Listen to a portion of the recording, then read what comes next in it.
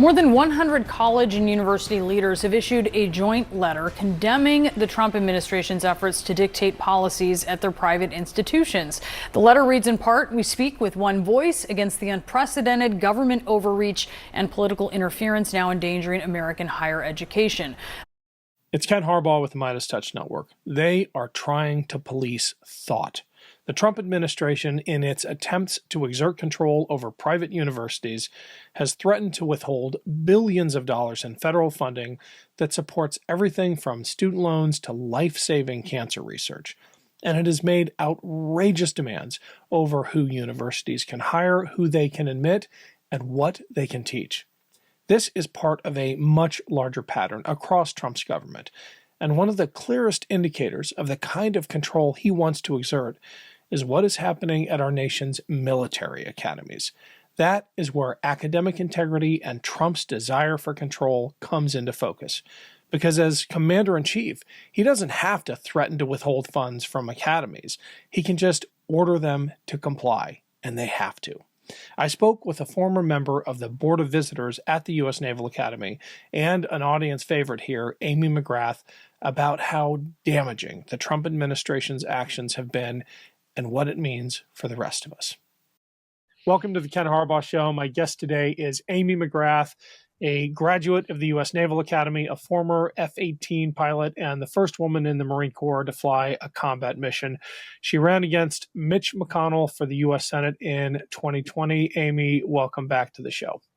Hey, great to be with you. We got to talk about Annapolis. I don't know what is going on there, but as a graduate, it has got to break your heart to see what they are trying to do to that venerable institution.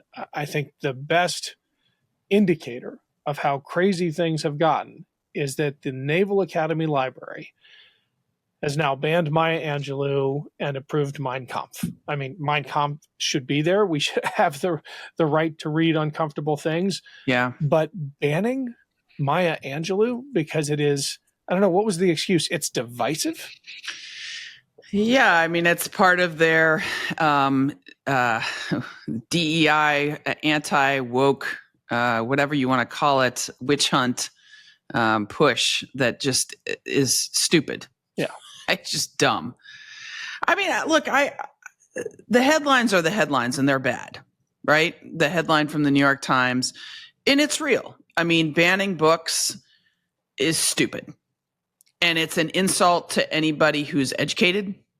Like, we can't figure out, we can't make judgments on our own. We need Pete Hegseth to come in and tell us what we can and can't read, or what when we train and educate our future military officers.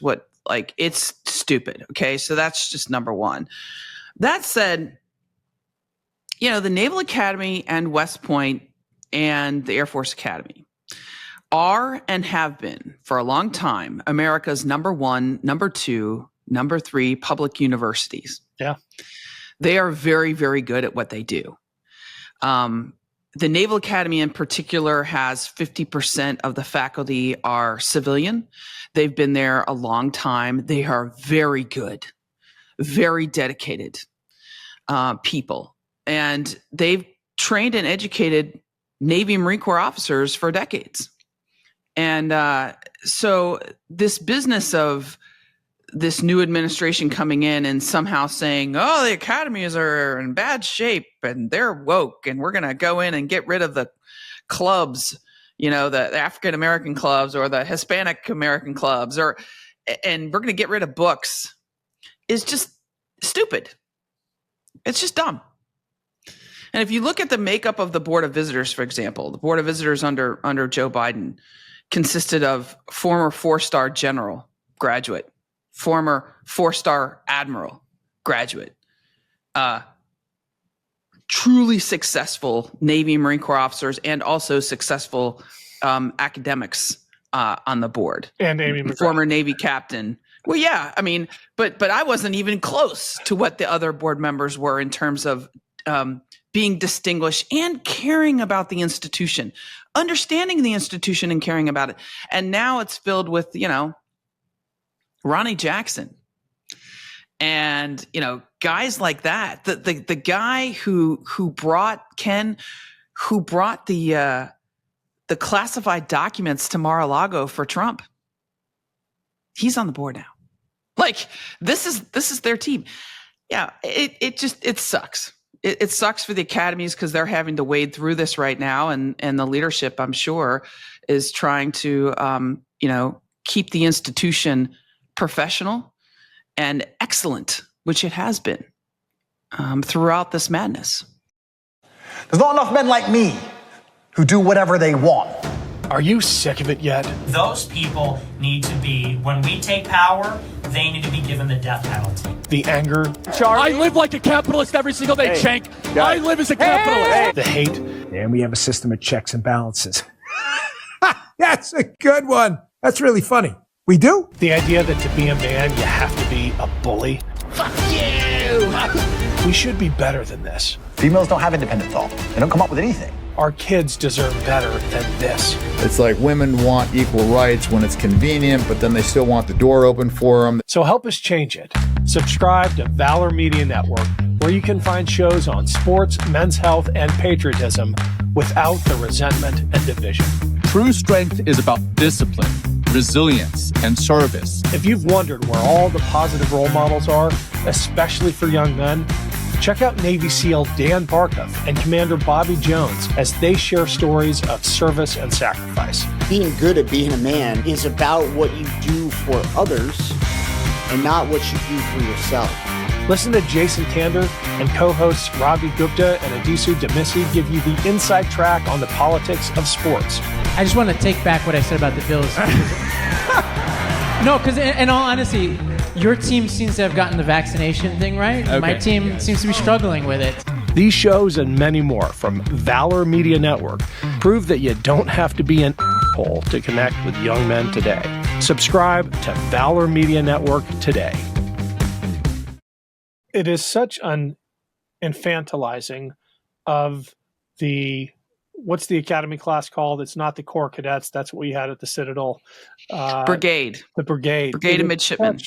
An infantilizing of the brigade, and it tells you everything you need to know about what Pete Hegseth thinks of those who are about to assume the leadership of the Navy, who are going to become the next generation of ensigns and ultimately the next generation of admirals, that they cannot handle Maya Angelou. I mean, what must morale be like right now within the brigade?